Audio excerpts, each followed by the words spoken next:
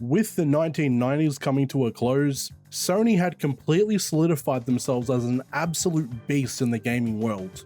During their short 4 years, they had given the world the likes of Spyro the Dragon, Metal Gear Solid, Tekken, and of course everyone's favourite orange marsupial, Crash Bandicoot.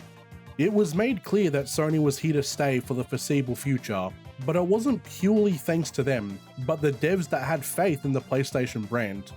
By the time the new millennium had started, it was time for Naughty Dog to move on to bigger and better things, and now with 4 massive titles under their belt, Sony was more than happy to throw all the money they needed at them to work on their next big ambition, Project Y, which years later would be unveiled as the first game in the Jak and Daxter series. Despite Naughty Dog moving on, Sony knew that the IP of Crash Bandicoot still held massive potential to go further beyond than it already had, and with Crash Team Racing selling over 3 million copies worldwide, there was more than enough gas left in the tank to leave fans wanting more. As a result, Sony still wanted to contend with Nintendo as much as they could, and with Crash Team Racing obviously being a huge success, they wanted to close that gap even further by rivaling yet another one of their most popular franchise spin-offs, Mario Party. Sony's solution to this was Crash Bash, and with Naughty Dog gone, the reins were handed over to Eurocom for development. A company that had previously worked on the likes of Mortal Kombat, Earthworm Jim, and Duke Nukem 64. But did Crash Bash truly rival Mario Party? Or was it simply a soulless cash grab that Sony wanted to milk for every last penny it could before it dropped dead? Join me as we try our best to find the answers in a brief retrospective of Crash Bash.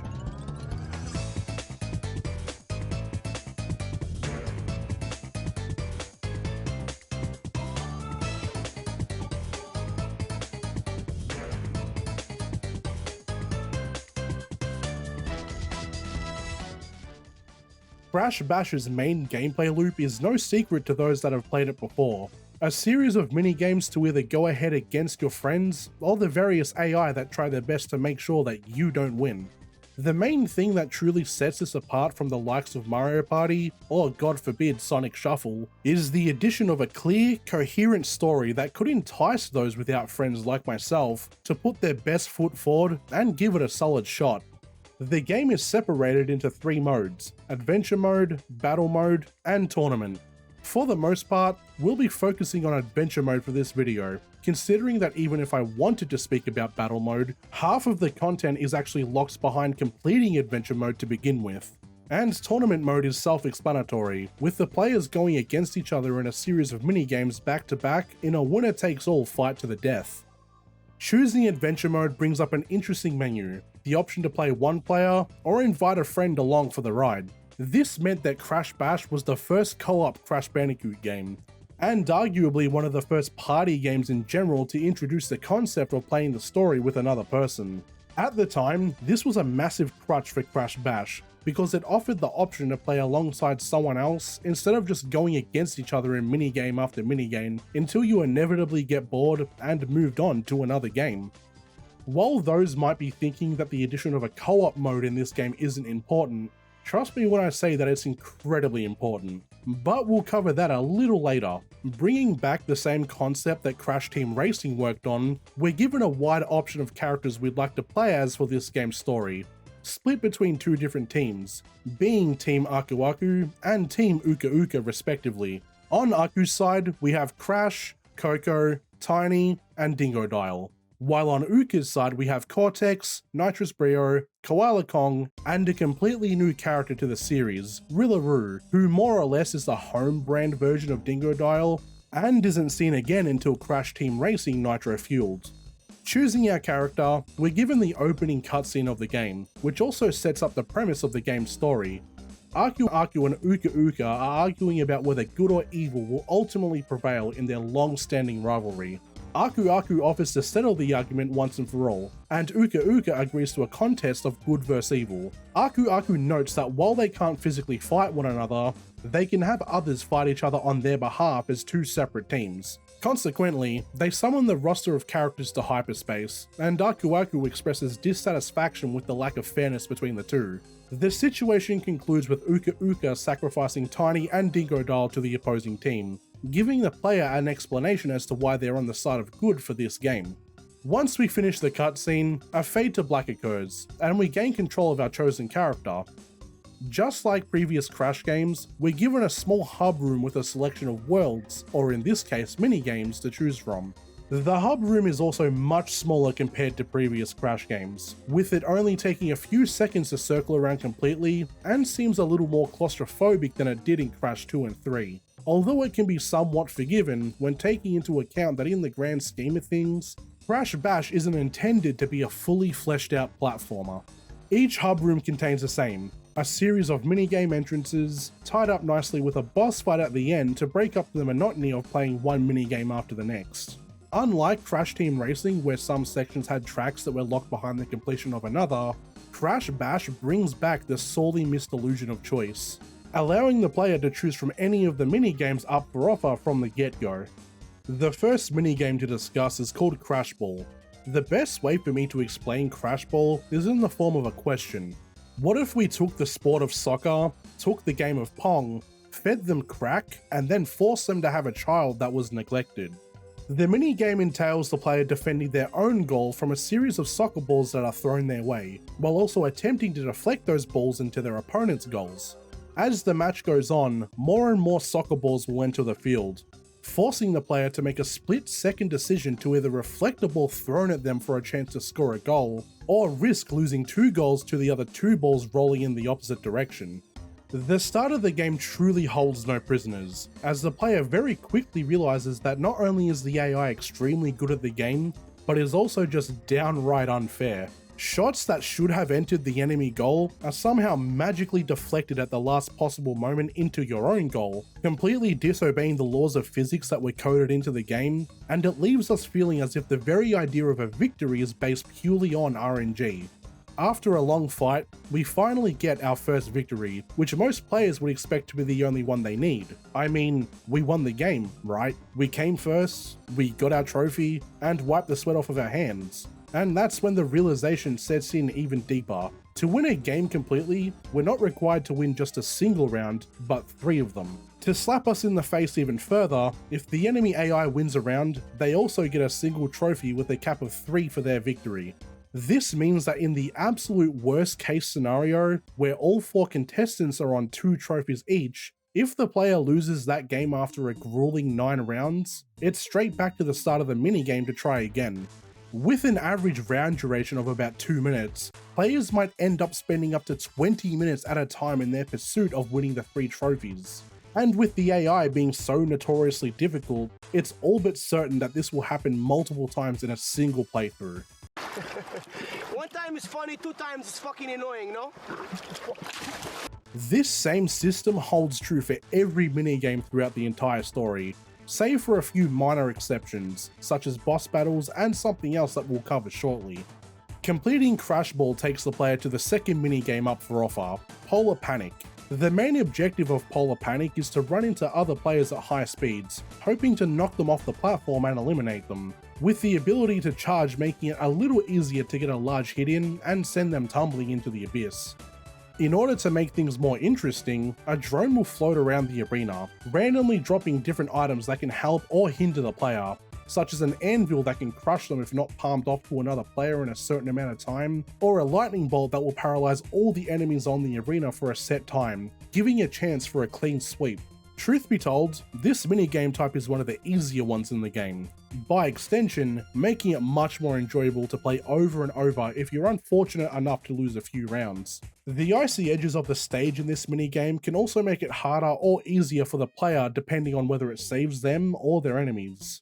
Overall, the stage is a welcome one to the party game genre, and there's a reason why almost every party game has a similar concept in their respective entries.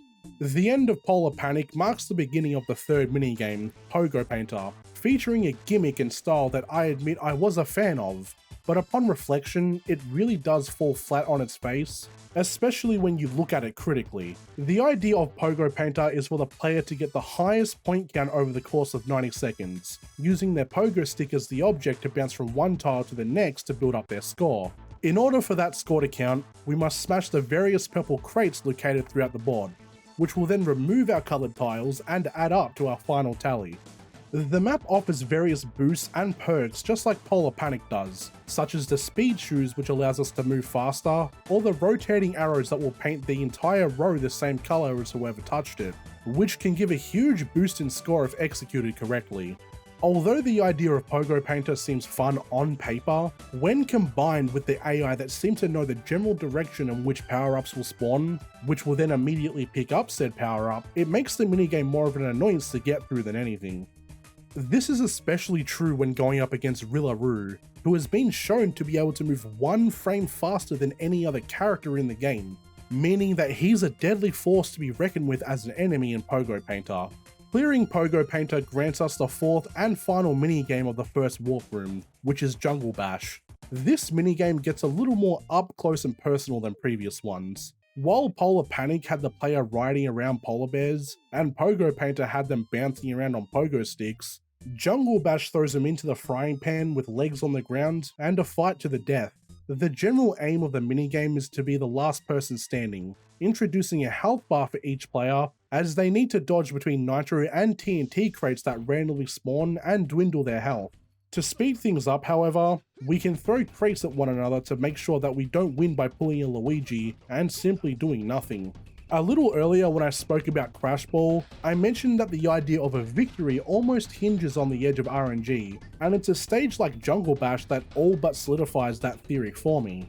As it turns out, each character in the game has a series of hidden stats that can give them an advantage or a disadvantage depending on the minigame they're in at the time. When I say hidden, I mean that these stats have not been indicated in any of the game's menus or manuals, but the general members and various speedrunners of the community have discovered them over the years. The most blatantly obvious one is in favour of characters such as Tiny or Koala Kong, who can lift the stone crates on the stage and throw them halfway across the map thanks to their obvious size and strength, while characters such as Crash are at a huge disadvantage due to their small size and lack of strength, with the trade-off being the ability to move a little faster. Other hidden stats are also in favour of Rillaru, who, being part kangaroo, can move 1 frame faster in levels such as Pogo Painter because kangaroos clearly specialise in bouncing. When I initially discovered this while researching for this video, it made me exceedingly angry, not due to the fact that I deemed it unfair, even though it is, but because of the general lack of clarity made by Eurocom. Crash Team Racing was very clear in its character selection screen that each individual character had their advantages and disadvantages when it came to their respective karts, going as far as to show the various stats they had and what areas they'd specialise in.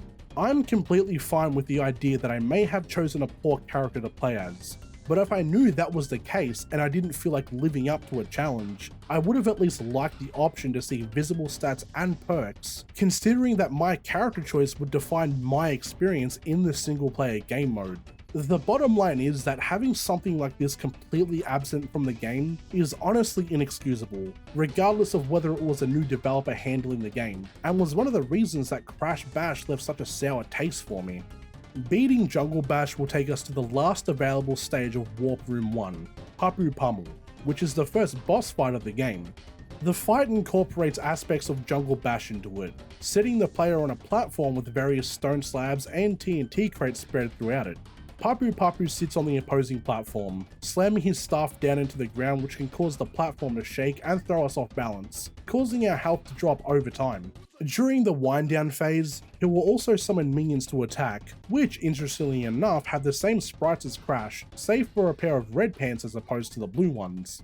The only way to damage the boss is to wait for an opening, and then use that opening to throw either a TNT crate or stone crate to drain his health bar little by little, ending in our first boss victory.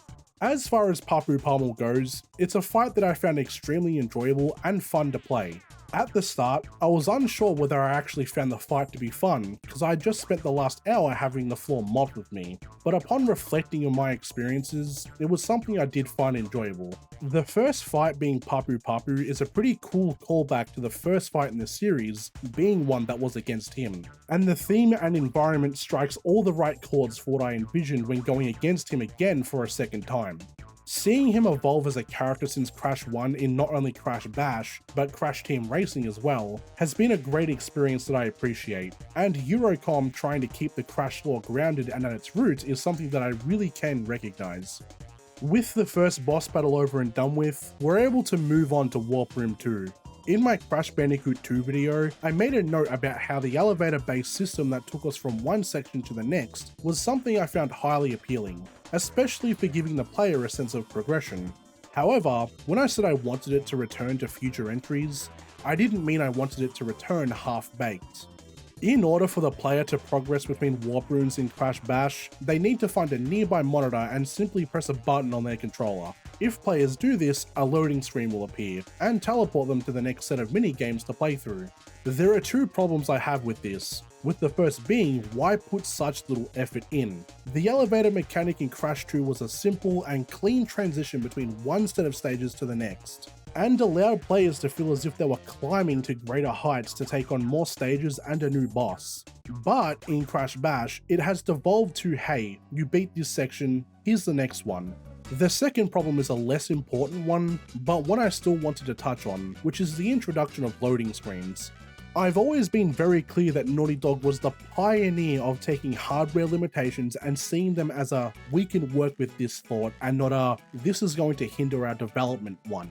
Games such as Crash 2 and Warped had barely a single loading screen, despite having massive amounts of levels to play, and plenty of those levels had amazingly detailed backgrounds. I know I'm just being nitpicky about it, but when a developer such as Naughty Dog sets such a high bar, those who receive the torch should either surpass it, or at the very least, meet the already set expectations.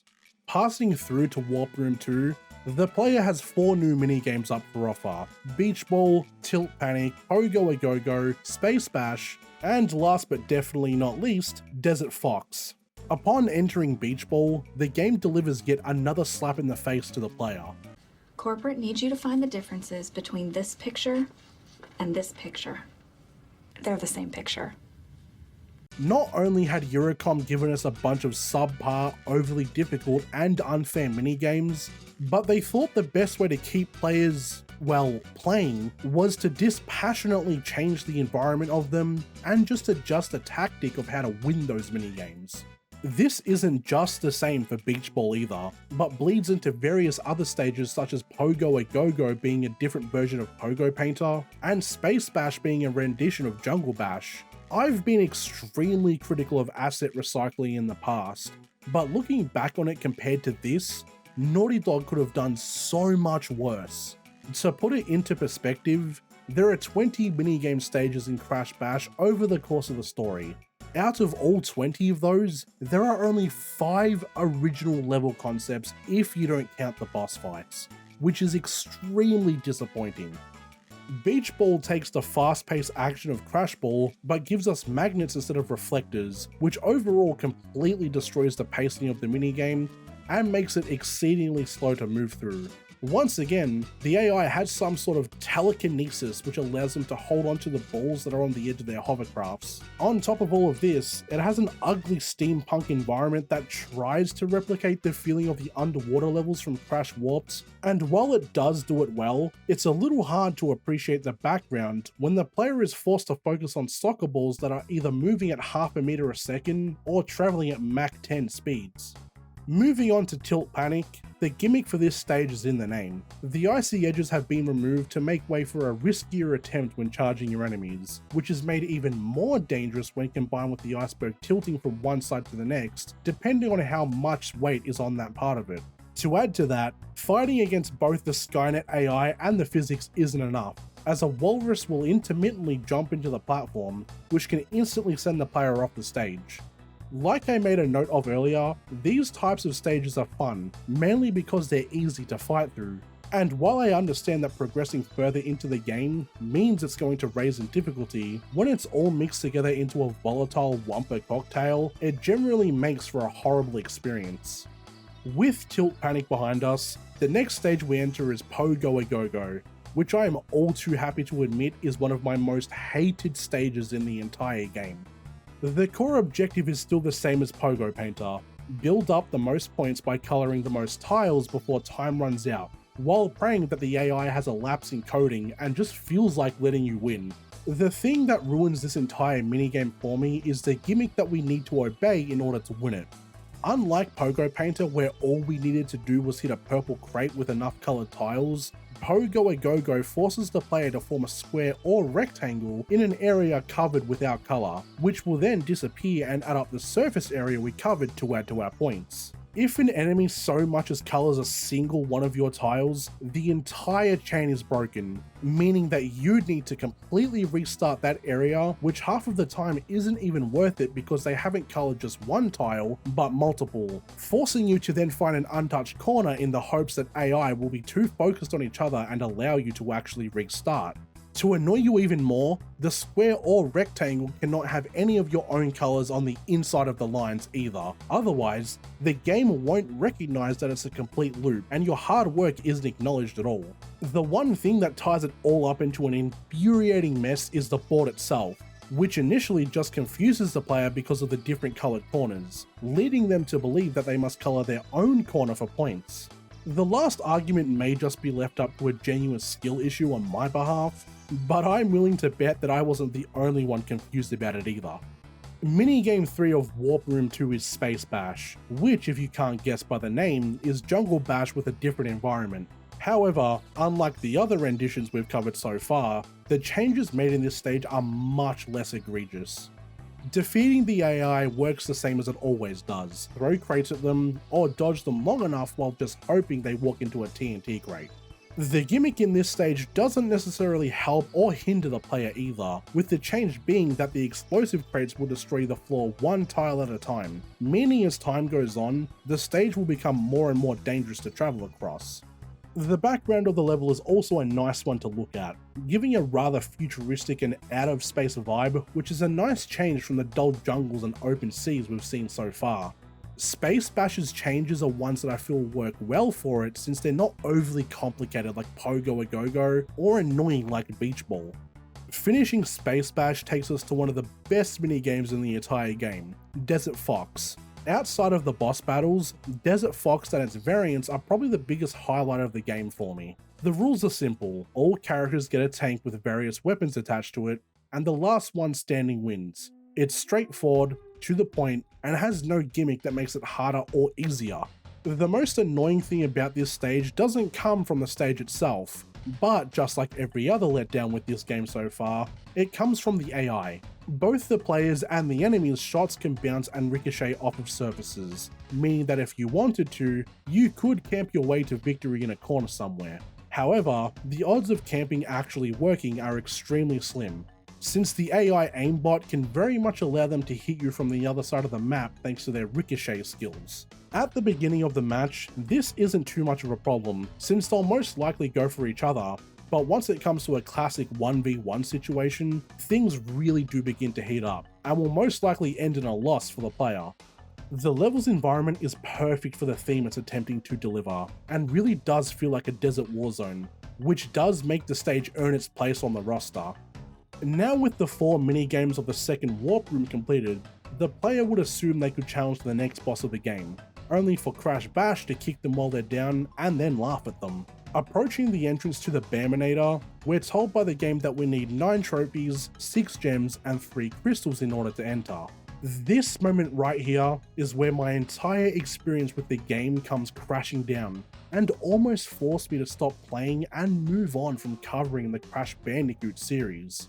In order to enter the second boss fight, we must go back and replay the previous minigames that we have already completed, and beat them with a harsher rule set in order to earn our gems and crystals. This rule set change can be anything from taking away your ability to deflect balls in levels such as Crash Ball, to adding obstacles that will kill the player instantly if touched in levels such as Pogo A Go Go. Once we receive a gem for that specific stage, we can then replay that level for a 3rd time in order to be given a crystal. This means that the player can be playing the same level up to 3 times in a row with a higher difficulty scale like it already wasn't difficult enough. The only upside to this is the fact that we only need to win 1 round instead of the usual 3. However, with such a massive spike in the challenge, there's a pretty high chance you'll be spending as much time trying to win a single round as you would be trying to win 3 anyway. I could look past the overly difficult AI, I could look past the shoddy hidden character mechanics, and I could look past the recycling of minigames and changing up their gimmicks. But I cannot look past the very idea of forcing a player to go back and playing stages in order to progress the main story. I am all for replayability and incentivizing the player to strive for 100% completion for personal bragging rights. But doing this is an absolute abomination on the video game wasteland and nothing but sheer laziness in order to pad out the runtime of the game to ensure that people who bought the game didn't feel ripped off. Once we've met our entry criteria after what could be from 20 minutes all the way up to 3 hours, we're able to take on the second boss. Instead of bringing back a boss we're all familiar with, Eurocom thought they'd try something different, and instead brought back a basic run-of-the-mill enemy that appears in a single Crash game, the giant polar bear that chases the player through the stages in Crash 2. The fight involves the player running around a platform similar to the one introduced in Tilt Panic, only this time it's a metal slab instead of an iceberg. The stage brings back the same mechanic as Tilt Panic for its main phases, having robotic polar bears run around and attempt to push the player off of the platform to win. Once all the robots have been defeated, a missile power-up will appear, which allows us to shoot the giant polar bear in an attempt to deal some damage. As the game goes on, the phases will get harder and harder, spawning more robots and gradually destroying the platform, giving us less room to work with and making it a lot easier to fall off. The fight overall is actually pretty fun, and allows the player to take it easy, which in hindsight can be seen as a negative mechanic since boss battles should be marginally harder than your average enemies. But when you've spent so long going against the video game equivalents of the T-1000, I do appreciate the idea of giving us some room to breathe, even if it is only for a short time. Now progressing to Warp Room 3, we're met with the same batch of stages we've already been through before, with one original stage in the mix. The first stage to talk about is Embolism, which, true to its name, has a gimmick so stupid it may as well give you an embolism. Playing much like its predecessors, the goal still remains the same. Defend your goal from the onslaught of balls that are thrown your way, and believe me, they will be thrown your way. This stage offers a power-up that will appear intermittently on either side of their goalpost, which is a force field that will act as a sort of negative magnet and push the balls away from them. In order to balance this out, however, Engine will appear in the center of the stage at a random time, and proceed to spin around and push out as many balls as possible in all directions, which, if you weren't lucky enough to pick up a force field, will most likely end up with every single one of them going into your goal. Normally, this kind of gimmick wouldn't be too much of a problem for the player, but once again with bad AI being able to predict the future, getting your hands on a force field is nearly impossible, since enemies will hover close to the area in which the power-up will likely spawn. The stage itself isn't a bad one, but the gimmick is enough to make anyone want to avoid playing it again, regardless of the cool cameo it features. Beating Embolism will bring us to the next stage, which is Melt Panic. The only thing this stage has going for it is its environment, which is an amazing crystalline ice cave that shines and sparkles. As with all the other minigames based on ice, the idea is to survive long enough to be the last one standing on the platform. Uka Uka replaces the drones that drop abilities for the players and floats around the map, melting the corners and gradually shrinking the map as time goes on. However, running into his beam also returns the abilities from other maps, such as the Anvil and the Lightning Bolt, or with the new ability to freeze anyone who touches him in an instant. The idea of the map melting is a cool one, but when it's a mechanic we've already seen before in the Bearminator, it downplays the idea of actually having some originality. Level 3 is El Pogo Loco, a pogo stick level that is much easier to stomach than Pogo a Go-Go. Bringing back the idea of Pogo Painter, the way the player racks up the score is by painting as many tiles as possible, then hitting the purple crates as a way to add up the tally.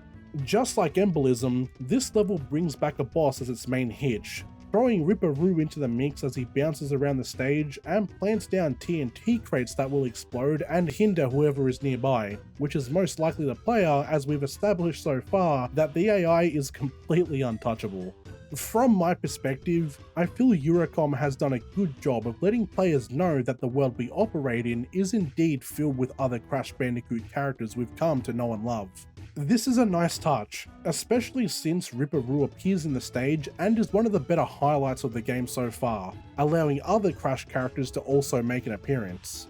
Moving on to stage 4 of Warp Room 3, we have Snow Bash. This stage is very much Christmas in theme, featuring Christmas lights and pine trees in the background. Unfortunately, sightseeing isn't a pleasure players will have in this stage thanks to its gimmick, which is not only dodging stone slabs and nitro crates, but also avoiding a penguin that spins around the stage wildly to seek out players and damage them. Every so often, the penguin in the center of the stage will fall asleep, giving the player time to deal as much damage as possible to the enemies around them. This is fun, except when you get the upper hand, the AI will specifically go out of its way to wake up the penguin in order to give themselves an edge. The gimmick is enjoyable, but the unfairness spoils it most of all, particularly when the penguin almost exclusively aims for the player character instead of the enemy. With us progressing to the next minigame, we enter the stage Metal Fox. Metal Fox takes the dusty warzone from Desert Fox and throws it into more modern times, giving us a more industrial environment to play around in. Even though in Desert Fox camping was a viable option, it isn't viable here at all, since the characteristic that sets this level apart is the constant map changing. As time goes on, the level will rotate between various outlays that can catch the player off guard, and force us to evolve our strategy on the fly in order to win. This is one of the few stages where the gimmick can affect the enemy as much as it affects the player, since the enemy AI seems to bug out whenever the map is changed and can leave them in a few situations that can score us the victory. The dark theming of the stage is also a nice change to the previous, and although it isn't necessarily an improvement, it did clearly have some thought put into it. Once we're done with Metal Fox, we're able to enter the first original minigame of this section, which is Dot Dash. Going into this stage, it's very much one that I have some mixed feelings about. The goal for the player is to race around the ring as fast as possible, with the first person reaching 10 laps being the winner. While the idea is a good one on paper, when translated to a PS1 era video game, it falls very flat and is pretty disappointing. Despite the PlayStation 1 being well into the time of DualShock controllers at this point, I found this stage much easier to play when using the D-pad, which isn't a massive problem, but when the analog had been the much preferred control scheme for the game so far, it was a bit of a throw-off when an obsolete mechanic was the one that made it easier to win.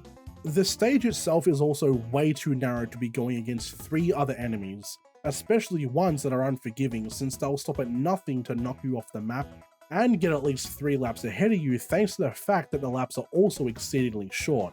Regularly throughout the race, power-ups such as missiles will appear to give the player an advantage, but if you're too late to pick one up, you can expect it to be hurled off of the platform the moment the enemy is behind you. The stage is fast-paced, but not one I actually enjoy thanks to the things I've covered. After we've been through the usual punishment of backtracking to progress further, we're able to take on the boss of this warp room, with the stage being titled Big Bad Fox. The enemies we're going up against are the Komodo brothers, and the way they fight is actually immensely entertaining. At the beginning of the battle, both brothers will be controlling a gigantic war tank, blasting the players with spiked metal balls that can ricochet off of the various defenses that we're given. After destroying the first guns, the tank will descend deeper into the ground to introduce the next set of weapons, which consists of electrical orbs that function in a similar manner to the spike balls. Once those have been taken care of, the last set of weapons comes into play. Unlike the orbs or balls that depended on a ricochet and bouncing to land hits on us, the brothers will go all out by shooting missiles that will completely obliterate the defenses we've hidden behind so far. If left for too long, the player will be left in the open and at the mercy of the weapons fired towards them, meaning that this phase is probably best done as quickly as possible. Destroying the last set of weapons moves us on to the final phase, which entails the Komodo brothers leaving their tank and settling things up close and personal. This section in particular is why it's important to get the missile portion of the battle over quickly, as it gives the player more of an edge against the brothers due to the fact that they can be hurt by their own weapons if they bounce back towards them. I'd go as far as saying that this boss fight is probably the best in the game. It's not overly difficult to the point where the player wants to completely give up, but also goes for long enough to feel like a real gauntlet, meaning the victory we're given feels much sweeter and much more deserved, which is something that every boss battle should strive to offer. Once the brothers have been defeated, we're granted passage to the final warp room and the final batch of levels for the game. The first stage is Skyballs, a merger of the previous ball games we've already covered, with the main gimmick being one taken directly from the iceberg stages. As per the name, the stage takes place high above the clouds on a floating platform. Over the course of the game, the engines holding up the platform will intermittently fail, causing the platform to tilt in that given direction, by proxy, causing all the balls on the stage to go rolling towards the edge. Just like Metal Fox, the hitch in this minigame is one that actively affects everyone, since the AI can't predict when the stage will tilt, meaning the player will have an easier time overcoming the challenges this level throws at them. The stage backdrop is also very nostalgic as well, reminding the player of stages from Crash Warp such as Air Crash and Bye Bye Blimps, which is a very nice throwback.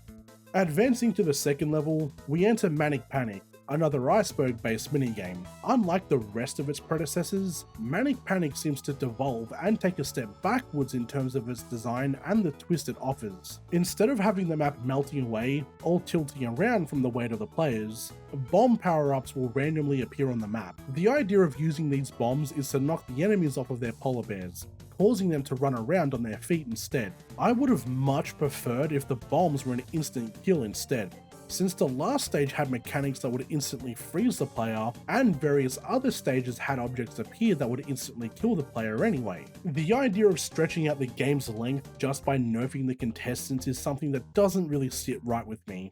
But I've also been very vocal about the game's padding so far, so I'll stop crying. Moving forward to level 3, we have Pogo Padlock, yet another Pogo minigame. As with other Pogo minigames, the objective is the exact same as the last, because why wouldn't it be? The twist here is adding a padlock to the map as a power-up, which will cause your color tiles to lock and prevent the opposing enemies from being able to paint over them. Although the method of score tallying remains the same, the padlock actually does throw a spanner into the mix, since locking the tiles can end up in some huge score holes, which can be good if it's for the player, but extremely bad if it's for the enemy. Pogo Padlock is probably the best Pogo-based level in the entire game because of its fairness, and if you can beat the AI to the Padlock punch. The next stage is Drain Bash, another entry into the Bash-themed minigames, and one that really is hit or miss depending on how you look at it. The environment of the stage is an ugly eyesore to look at, and although I understand it's meant to be in a sewer system, when you consider how well Metal Fox was thought out, this level's backdrop could have been much better. Gone are the environmental hazards from the previous Bash stages, with this stage's quirk being the addition of purple question mark crates. Inside the crates are various weapons that the player can pick up, giving them the upper hand and dealing huge amounts of damage to their enemies. Adding weapons into the mix is something that's fresh and unique, but as with every problem before this, the enemy simply knowing where things are going to spawn is an absolute cop-out, and just makes the stage unenjoyable when you've got a big lead, only for the enemy to camp the crate spawn points and straight up steal a victory. The second last stage of the game is called Jungle Fox, once again calling back to the Fox levels of the game. Remember how a little earlier I said the Komodo brothers fight was important to be finished with quickly because you need some sort of protection? Yeah, well, you can forget about that, because this stage doesn't believe in that kind of thing. The minigame is set in a wide field with a single pillar in the center, making projectile dodging much harder than it has any right to be. At random intervals, the pillar in the center will come alive and jump around the map, doing huge amounts of damage to whoever it hits, more than likely beating you than any of the enemies. This is a level I'm not too much of a fan of, since the big appeal of the levels such as Metal Fox and Desert Fox offered the ability to have some kind of strategy to win, whereas Jungle Fox just throws all of that out of the window and waters down the game to whoever is the best at shooting the fastest and dodging the most. While the environment is a nice change from what we've seen before, it isn't enough to save the stage for me, and is one that I would rank very low if this were a ranking video. With Jungle Fox behind us, we're able to enter Toxic Dash.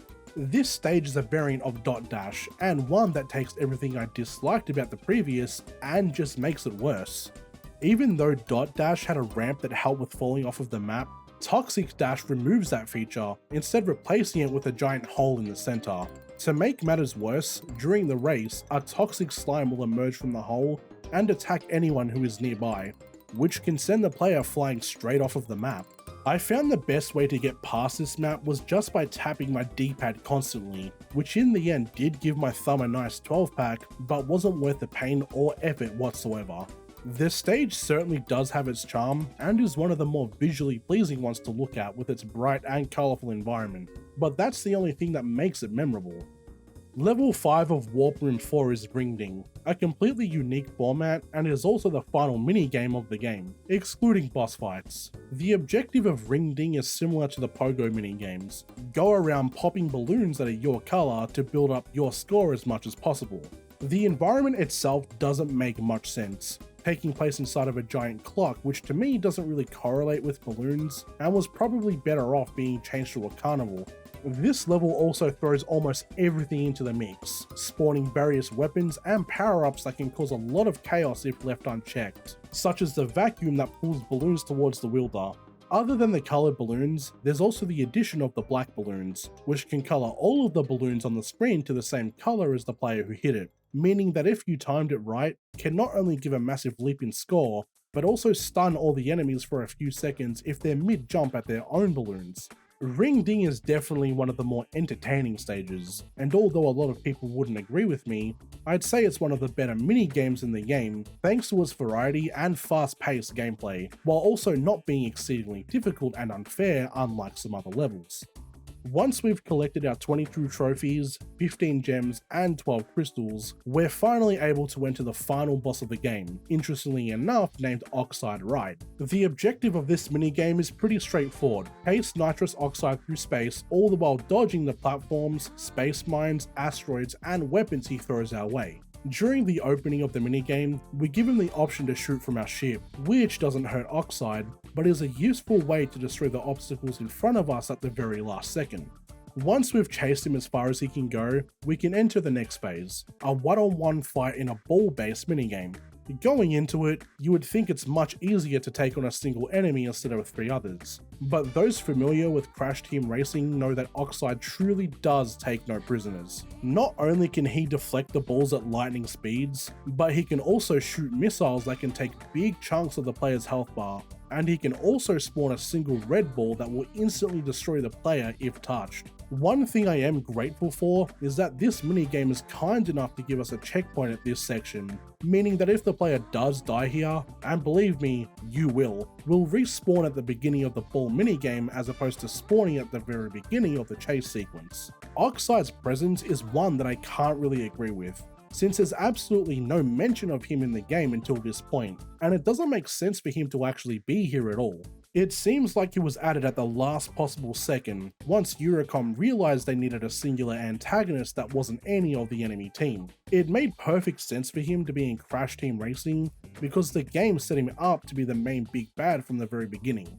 But being present in Crash Bash is something that feels extremely shoehorned and lacks any depth to it at all. There are those who may argue that it's just a party game, but if it's just a party game, why even offer any story to begin with? Crash Bash offered a story to set itself apart, which made sense until the absolute very end and was destroyed by the random addition of a boss who had no reason to be there. As it happens, the addition of nitrous oxide is somewhat remedied, but not completely. At the start of the video, I mentioned that the addition of having the choice of playing co-op with a friend was an important addition, and to those who have been waiting, the payoff has finally arrived. If the player chooses to play co-op in adventure mode, the game doesn't end with a victory against Oxide. If both players choose characters on opposing teams, they'll be met with a unique cutscene of Uka Uka and Aku Aku speaking about a tiebreaker in the game, which comes with some big consequences. Well, Uka Uka, it seems we have a problem. A team made of both good and of evil has won. This will not do! Stop colluding with that puny enemy and get back to the arena. You must crush your teammate. Evil must succeed. I, the great Uka Uka, must succeed. I must have the crystals! Crystals, Uka Uka? What exactly are you planning? Listen to me. This has gone beyond the tournament. Uka Uka must not be allowed to gain control of the power contained within the crystals. You must defeat your evil teammate. Good luck. In an absolute twist, the game pits you against your teammate who has fought alongside you the entire game to find out whether it is good or evil that will ultimately prevail. This concept being introduced is almost enough for me to forgive Eurocom for the abysmal state that this game has been resorted to. The idea of this being present in any PS1 era video game is absolutely astounding, especially when it comes to a Crash Bandicoot party game of all things. I can only imagine how those who played co-op with their friends or family felt when this plot development was dropped on them, and it genuinely is one of the biggest highlights that Crash Bash has to offer, making it almost worth it to endure the pain of the awful minigames we're provided. Once either player has been defeated, there's yet another unique concept introduced. Depending on which side wins, both good and evil get their own respective cutscenes, which is also a really nice cherry on top of the cake, even if the cake was made with salt and cyanide. What do you mean, the Earth is mine? It was my plan all along, brother. Now I have all of the crystals and all of the power. How can this be? Was it so naive of me to believe that goodness on its own could triumph over evil? Now Uka Uka has the crystals. The Earth is surely doomed. Run, Crash. Hide, my friends. Save yourselves. There is nowhere to hide from Rock, the mighty Uka Uka.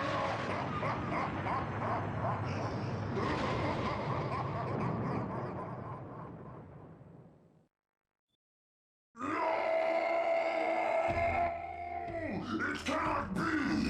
What sort of trickery was used to defeat I, the great Uka Uka? No trickery, no cheating. Your secret plan to steal the crystals has failed. You knew. Of course I knew, and as I predicted, good will always triumph in the end. You have failed me for the last time. You will pay for your incompetence. What are you doing? These crystals are far too powerful to leave lying around. They are safe once more. That is all you need to know. I want what is mine! I believe that can be arranged. What is this? The penalty for disturbing the crystals, my brother.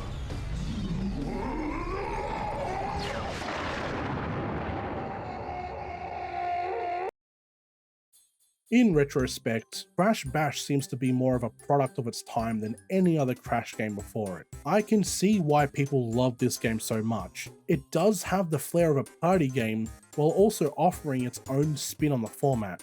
The hidden cutscenes and endings in the game were amazing additions, especially for its time of release. But for me, this game is easily the worst in the series, and that's coming from someone who put themselves through Mind Over Mutant. The boss fights were very fun to play, always offered something new and improved, and were the only thing to look forward to once you realize that all the other minigames were carbon copies of each other. It has its problems, way too many for me to list. And if this is your favorite game in the Crash series, I'm genuinely sorry if you find my words too harsh. Video games are subjective, and everybody has a right to enjoy any video game they want. Even if we don't share the same opinion, it doesn't mean that neither of us is wrong. It just means we have different tastes. To those who have watched up to this point, thank you very much. Wrapping up Crash Bash, we leave the PS1 era finally behind, and we can finally move on to the age of the PlayStation 2 with the likes of the Wrath of Cortex, Crash Twinsanity, and Crash Nitro Kart. If you enjoyed the video, consider subscribing or leaving a like. It would mean the world, it's free, and you can always change your mind later. Once again, thank you very much for watching, and I'll see you all next time.